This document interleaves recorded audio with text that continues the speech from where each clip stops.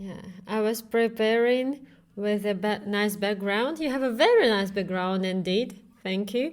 We're happy to welcome you, Ekaterina. Good afternoon, good evening to everyone. Thank you, Artem, for inviting me. I believe that the event is totally unique, and I'm happy to participate, to listen to other speakers. I believe it's indeed a miracle that we've all gathered here. I always say that, well, the gardener cannot exist without the flower, and I'm happy to have such flowers. So thank you very much once again for joining us, and I will show your slides.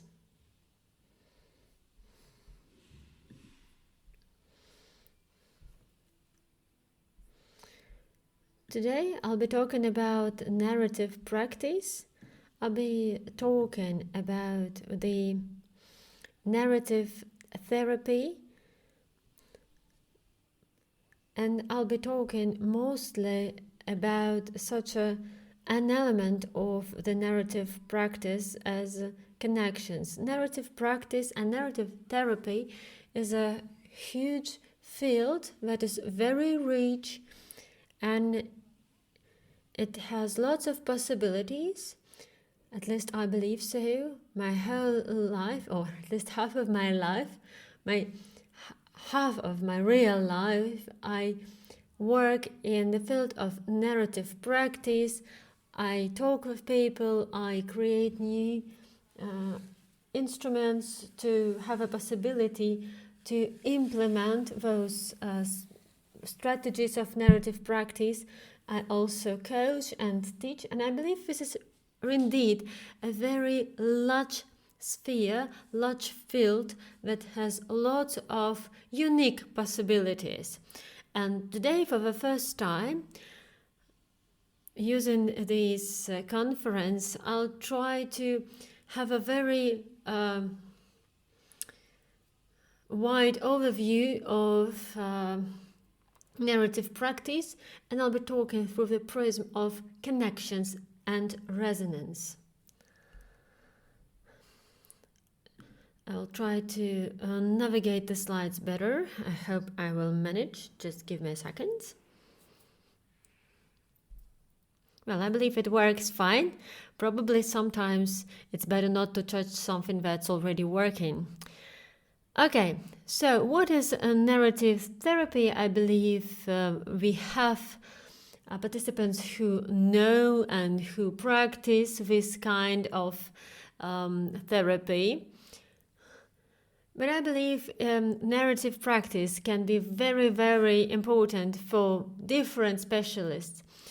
Narrative therapy was created by Michael White and David Epstein, and they coined also the definition of the narrative therapy.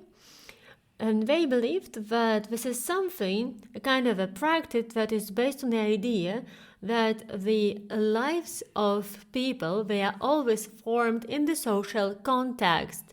They are formed by the knowledge and by the experience, and through the stories.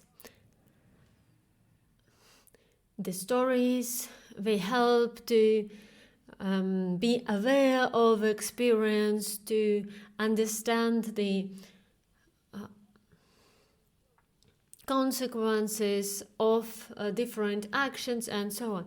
Narrative metaphor helps us to perceive a person as a story actually, and also narrative practice helps us to see all different actions and events that happen to a person, and through narrative practice we can actually sort those events and have a kind of a perspective. Narrative practice metaphorically believes that the person is a kind of a text that is created through different events, and the relationships, they are actually formed through the stories as well. And what they believe is actually deeply connected with the experiences and skills and knowledge that are translated through different narratives and stories. When we are at at that moment, when we story that we are creating is satisfying, we feel happy, we are satisfied. In other cases, we actually are not satisfied, and surely it's very good at this moment to go and have some help, and including the narrative therapy.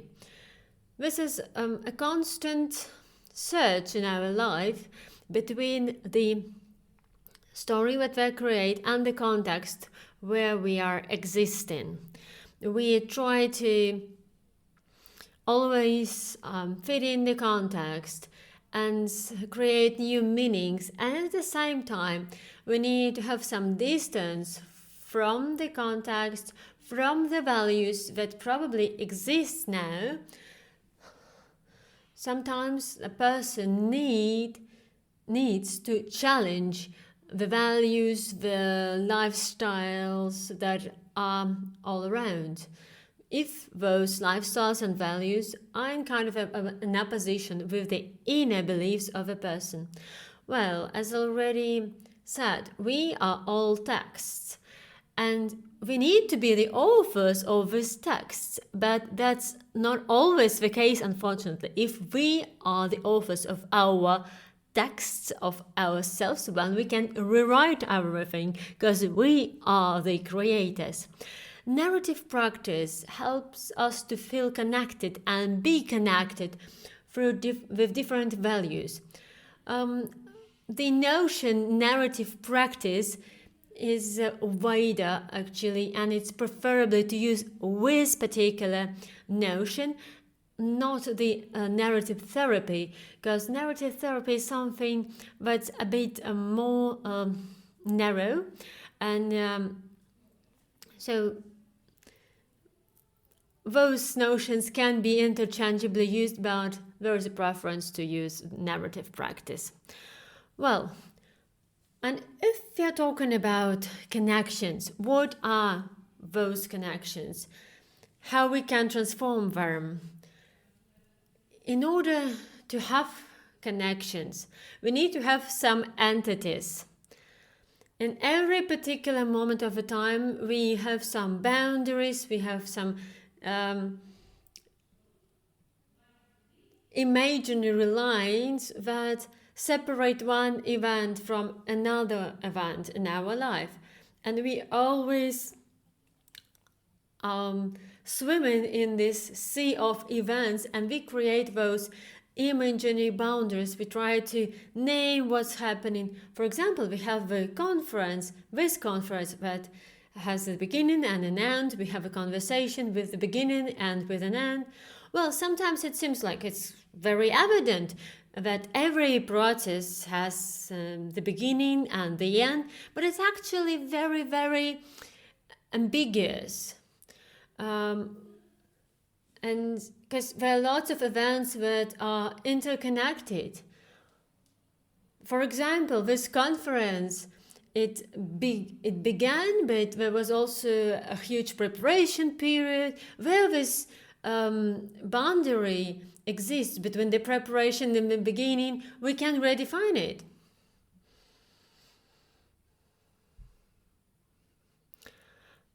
Well, so we always try to develop our experience and we create those imaginary boundaries. We name the things, the processes, we try to name the problems that we have. For example, we can say that we are afraid of some closed spaces, or we feel lonely, we feel anxious, and so on and so forth.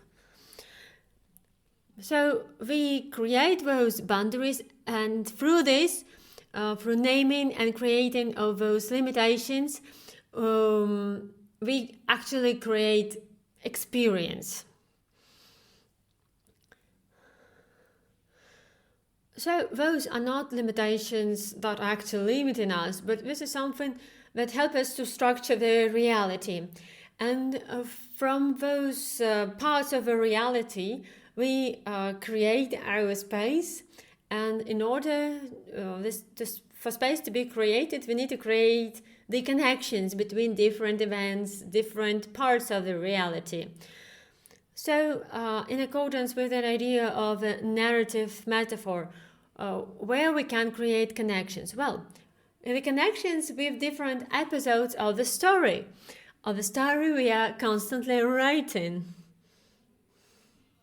For example, for 24 years, I've been talking to people, using narrative practice, being a consultant, and here I am today. I'm presenting at the conference. Those two parts of my reality are connected. Those are two parts of my story. Michael White was saying also that every event can be understood as a kind of a meaning or a unit of meaning, and our life has like two layers. One layer is the layer of full of events, another layer that is connected with the first one, but this is a layer of different meanings and senses. And we always rethink those events in order to create those meanings, and we try to make sense of what is going on. And we try to achieve some aims, goals, and so on. So those two layers are always interconnected, and those are the connections that we constantly create between different intentions that we have. We also can create some connections. Our intentions are something that enables us to be the real creators of our life. We can make decisions and so on.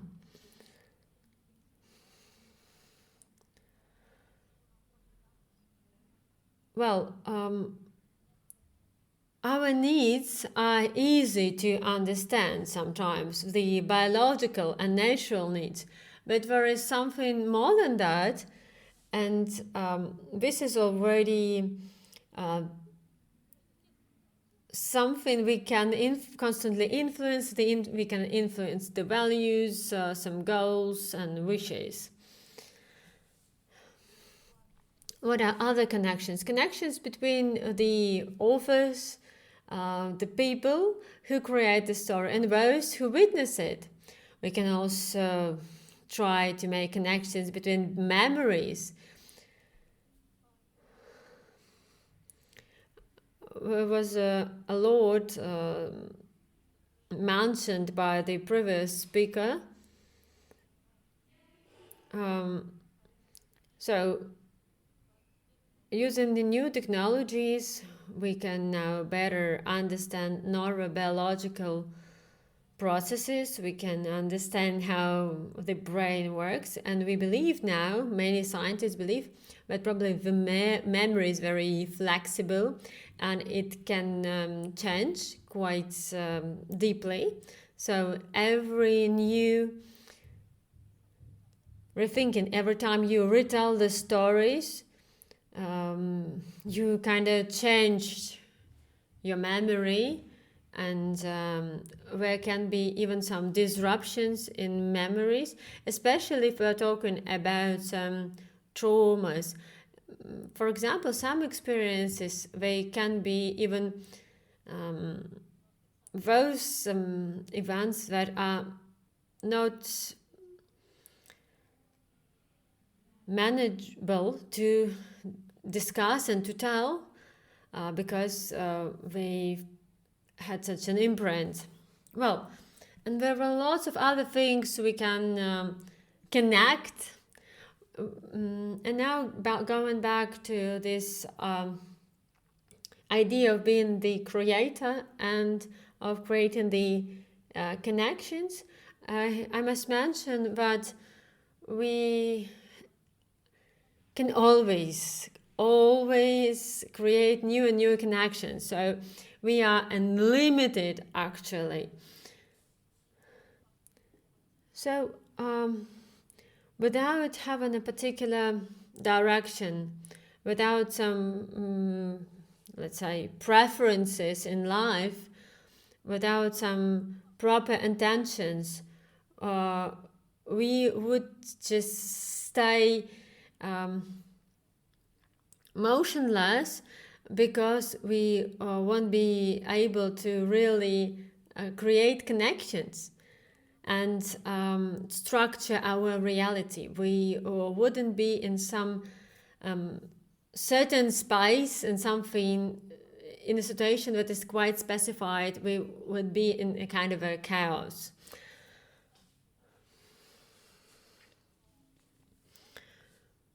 For a narrative practice, it's very important to have a connection with another person who can ask questions, and through those questions define the position. So the person who's helping, the consultant, surely has a particular view of the matter, but never expresses it explicitly. This position, this view, can only be expressed through the questions.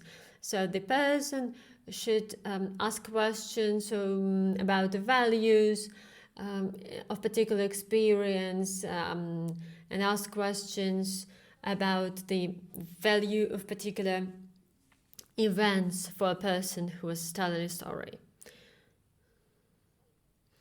This is how the special conditions are created for a person to make it easier and be a real author of one's life. But truly, this co-creation, this support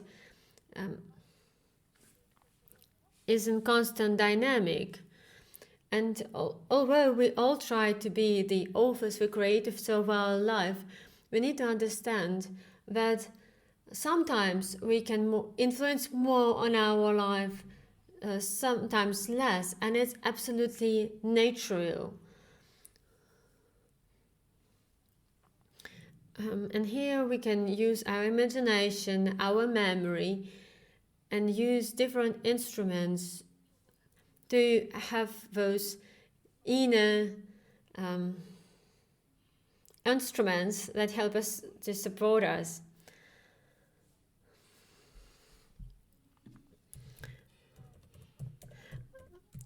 I really like the idea of continuum. I believe that the author is not something that is constant. This is something very flexible and changing.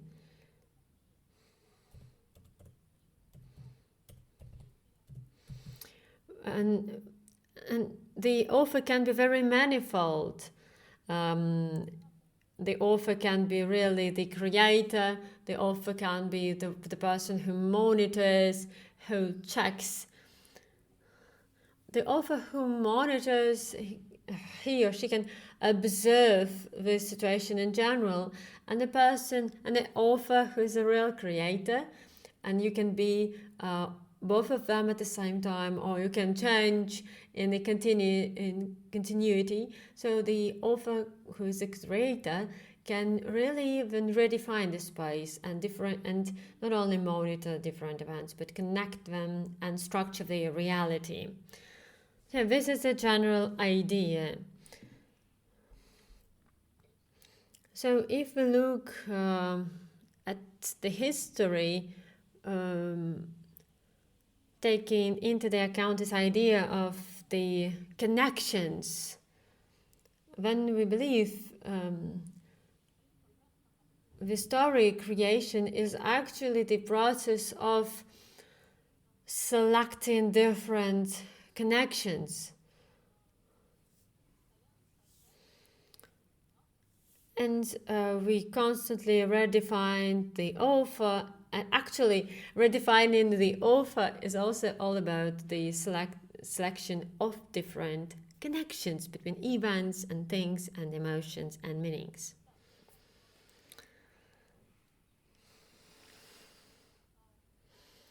I would also like to mention that, but probably this is self-evident, but still I would like to mention it. Well, a person can be an author of life and should be an author of his or her own life, but it doesn't mean that the author is isolated. So one can choose the connections, but one should stay connected with other people, with the co-authors, because there are always people who co-author your life, with who you negotiate, you speak, and so on. The difference is that when a person is not really an author, the person can really understand that there are some co-authors in life. He or she just preserves the meanings that are created by other people as something ready-made, as something that is really his or hers. But actually that's not true. Sometimes people in such position, when they are not really authors, they taken those ideas from other people without really processing them. The real author always processes, always rethinks, always doubts. So, in order to create those connections, we need to have a kind of a distance. Because without distance, we cannot connect things if we're not separated somehow. So,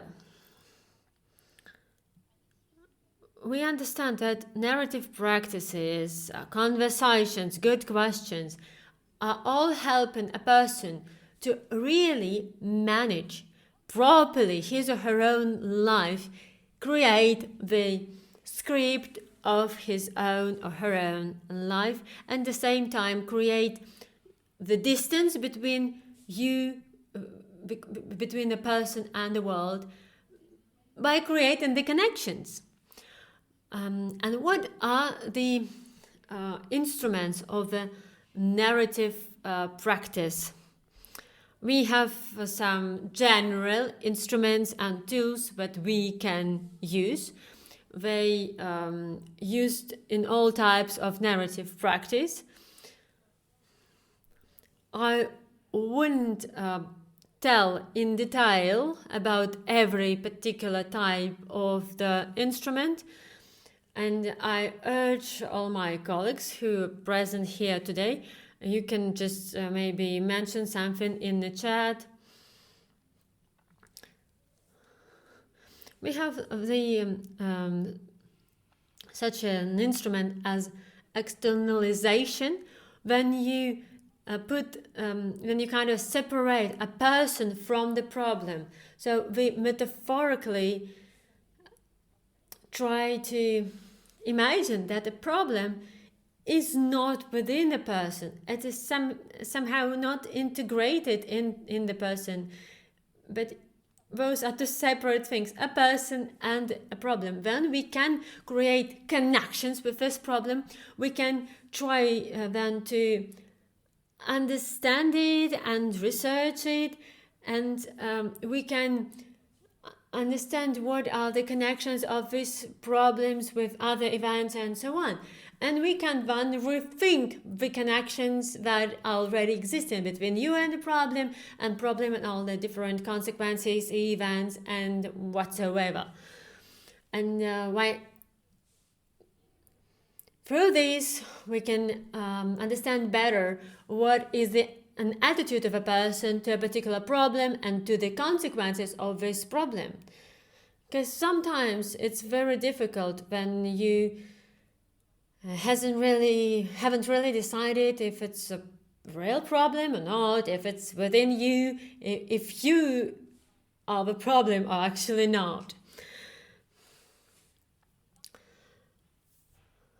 So we also try to look on some social agreements that exist in the society if they influence these particular connections that you have with your problem. Well, I try to stay within the time frame that was allocated to me, so probably I'll try to skip some bits.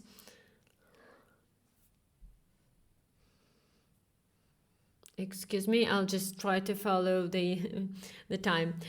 Okay, it's time to continue. So, deconstruction. When we are talking about the social agreements and norms, what we have as mandatory in society, the dominating values.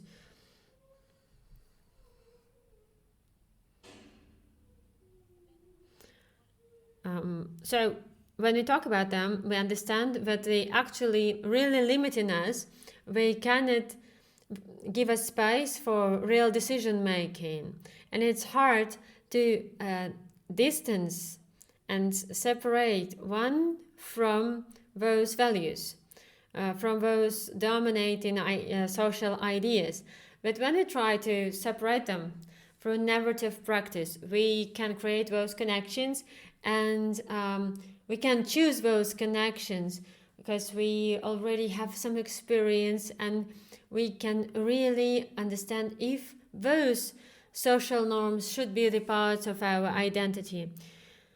Another tool, the unique episodes, they help us to see where particular problems actually cannot reach. And through those unique episodes, through the analysis of those unique episodes, we can understand better if we have some exceptions.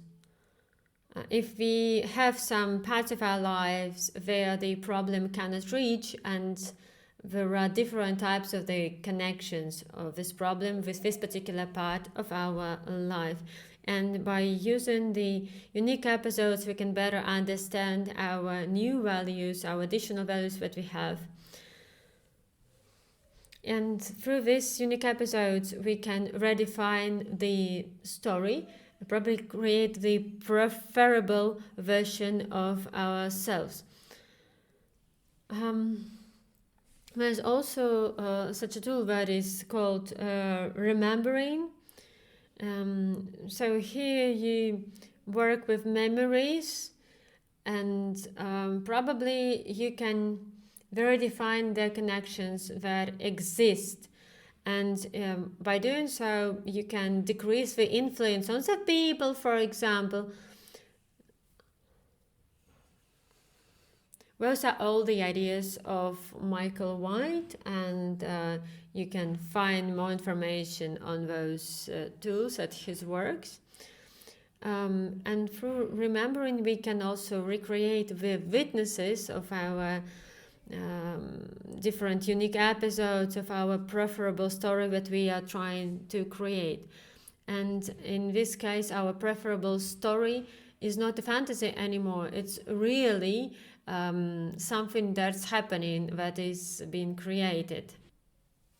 Well, so this is always through the cooperation, and the cooperation is always founded on connections. So you always try to connect with your decisions, with the possibilities to choose and select. We actually can connect because we start to resonate with particular events, with particular people, and we resonate with a consultant, for example, and by doing so we can create different connections with the person, with the events, with the different fragments of our reality, and we can rethink our stories. So the cooperation is a very important tool for the narrative practice, because it really creates the foundation and a kind of a support for the further creation of connections and for the real authorship. Well, I'm running out of time, so I'll try to be very brief and quick. Do I understand correctly that I'm really running out of time, that I don't have enough time? Artem, can you please comment? Well, you have 10 minutes. 10 minutes for conclusions, for questions and answers. Well, I tried to be very, very brief and save some minutes for several questions, maybe. Well, some specific tools. I believe this would be covered by some of my colleagues by Jill Friedman, for example. Well, some special tools connected with relational identity and with different possibilities of repositioning and witnessing. Another important aspect that I would like to mention: every story is conditional. We know that there are unlimited number of the components of your story. Suffering and traumatic experience may actually take place when the author has no possibility or have some limitations on selection of the connections. So when you as an author, you cannot really choose, you cannot select the pieces of stories, you cannot really connect different parts of it, then there are sufferings. So you have this feeling that you cannot influence your own life and so on. People don't feel connected, they don't feel whole, they feel like the parts of a story are disentangled. And in order to overcome the suffering, the trauma, we can redefine the connections or find missing connections. The traumatic experience, as we all know, has lots of negative consequences. I wouldn't dwell on this. You can probably later look at this presentation, but the main thing I would like to mention, that traumatic experience is always about damaging connections. Judith Herman taught that trauma is always characterized by disempowerment, by disconnection, and a person really loses touch with his or her own life. And when we regain the power over our own lives, we create new connections. We can create our own connections. A bit more on some special tools. You can then learn more about those special tools by following the link that Artem will later share with you. There was a rather long, 2.5 hour long lecture about those special tools that I delivered some time ago. Resonance is a type of connection. Through resonance, we can stress particular parts of our story and particular aspects of our story. When we have this resonance between the inner and the outer, we can really affect and stress something that's within us. There are new narrative practices. This year we started to work with Pushkin Museum. We created a special methodology using the method of a tree of life and other possibilities of narrative practices. We had the narrative practices at the exhibitions where we were talking about the values, and we were creating the resonating experiences and connections between between the group, the participants in the group, and also with the exhibits and so on. But probably I'll tell this story a bit later. It's not time for it now. Now I'm ready to start the Q&A. Thank you very much. It was very dense. There are 3 questions from Jana. Can you see the chats? Well, I'll read it out loud. I'm curious how we can change the narrative. Shall we often just tell the new type of story, the redefined story, or how it actually works? Well, I just need to pause and think for a moment. I'll try to be brief, but it's really hard. Well, it's better in the very beginning to work with a consultant, probably. Through an insight, it's really difficult to redefine your narrative, because usually insights, they are the result of some stories of some changes made. First of all, you need to make yourself an author. Usually through the cooperation, it's easier. Cooperation with a particular person. Usually we go back to the moment where we felt empowered, and by recollecting those episodes, we try to think what are the preferable episodes of our life, and we try to redefine maybe some connections between those preferable moments. This is like a self-help that I'm describing. So when memorizing, we don't really invent something new. We really recollect the memories that we already have.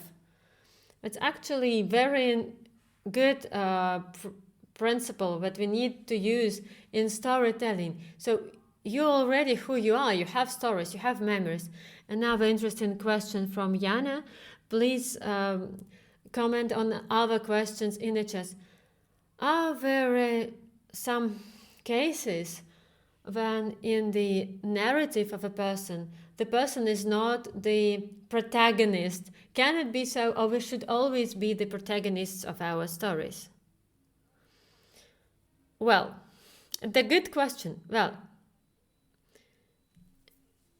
it happens, especially as a part of some traumatic experience, when in the center of a story some other people appear, but it can also be the consequence of some particular choices, decisions. Probably sometimes a person, like a child or someone who needs help, becomes the focus of a story, but not accidentally, not through trauma, but because we decide that mercy or kindness is now more important than yourself. Well, thank you, Ferenke, very much. Jana also thanks you, and I second her. I believe we all were very interested to listen to this speech. Please put fires in the chat. I'm really thankful that you joined our conference, and you just prove by doing so that we can all build bridges and overcome borders. So this is a wonderful meaning. Is there another meaning you would like to share us to encourage us all? I was trying to think about this, but still it's quite hard. Well, Chikhanim Rinpoche, the Buddhist monk, he says that, well, mindfulness and so on are very important, but probably kindfulness is what is really important. And I believe it's true. Really, the author who is monitoring, we were talking about this, this is about mindfulness, but the author who creates should first rely on kindfulness. If we would all think basing on kindfulness, we would be living in another society. And then even if we all were aware of kindfulness, we would be living in a different place. Well, please, Ekaterina, stay and comment in the chat. There are some questions left. Thank you very much. There are hearts and fires in the chat, all for you. Thank you very much. Thank you, Artem, once again for organizing this event. I will stay and listen to my colleagues.